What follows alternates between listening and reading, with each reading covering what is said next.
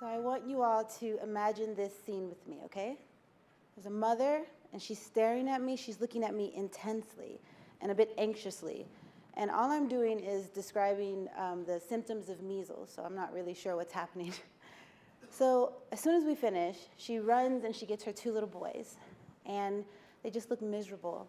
Their bodies are covered with spots, and they've been scratching themselves so hard that their skin has begun to tear.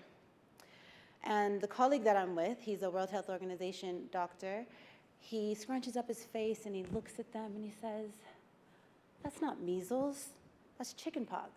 And with that, he just turns and he walks away.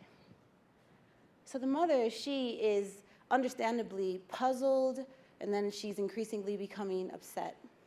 And I just feel so bad because there's really nothing that I can do, because even though my colleague was tactless, he was right.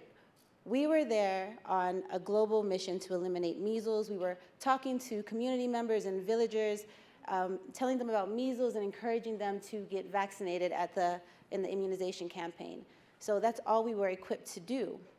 And see, that's what global health initiatives are like. For the past 20 years, we've been investing resources and expertise on specific diseases, and then we go out for those specific diseases. So I didn't have chamomile lotion, not to speak of antivirals for chickenpox. And chickenpox might sound benign, but if you're from a low-income country, then you're 20 to 50% more likely to die from that. So today I come to you as a card-carrying member of the global health community. And we have done some great things. My panel members have talked about a lot of the things that we're doing now. We've eradicated smallpox. We're on our way to doing the same with polio. We're trying to eliminate measles, guinea worm, and a lot of other diseases. But as I enter my 10th year as a field epidemiologist who has worked in several large international health organizations, I have to tell you that we will never be able to stop preventable pandemics in poor countries, because we will always be too late. The only way for us to stop preventable pandemics or outbreaks in poor countries is if all communities where those outbreaks originate, if they have professionals, products, and processes in place that comprise an effective and a functional health system. That's the only way we'll be able to do that.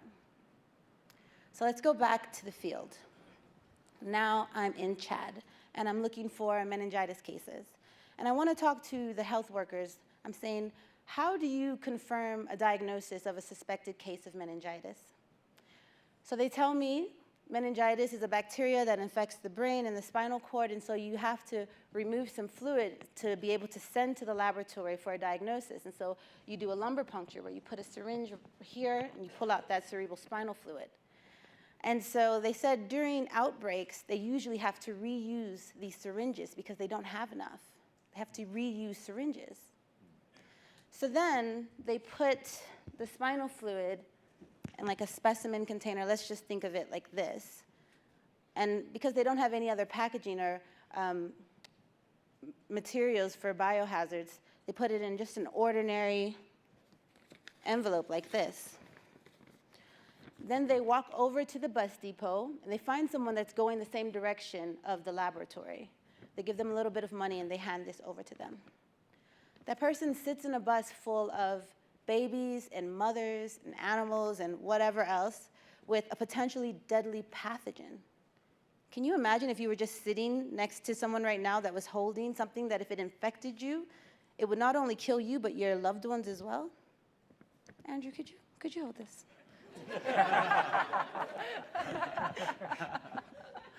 Thank you.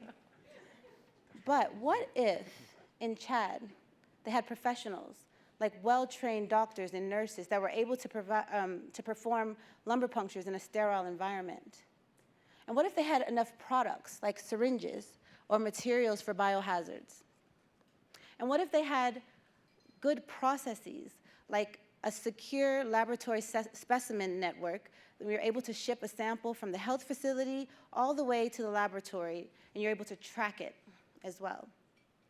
Well, if Chad had that, then Chad would be just like the United States of America, a country that's able to protect the health of its citizens, but also contributes to the global health security. But we weren't always like this, right? Like Dr. Fauci said, almost 100 years ago, the Spanish flu killed over 50 million people. Back then, we didn't have antivirals. We did not have we didn't have a flu vaccine. We didn't have an effective system to track the disease and contain it. But all that changed with enormous investments in our national health system. Now we have exceptional institutions like the Centers for Disease Control and Prevention. We have the National Institute of Health.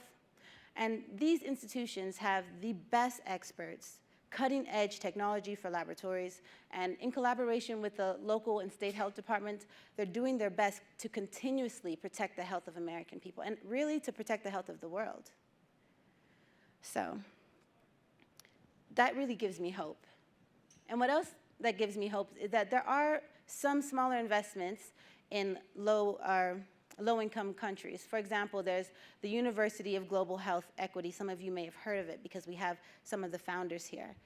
It is a university that was created 3 years ago by the Ministry of Health in Rwanda and Partners in Health, which is the NGO that was founded by Paul Farmer and Jim Kim.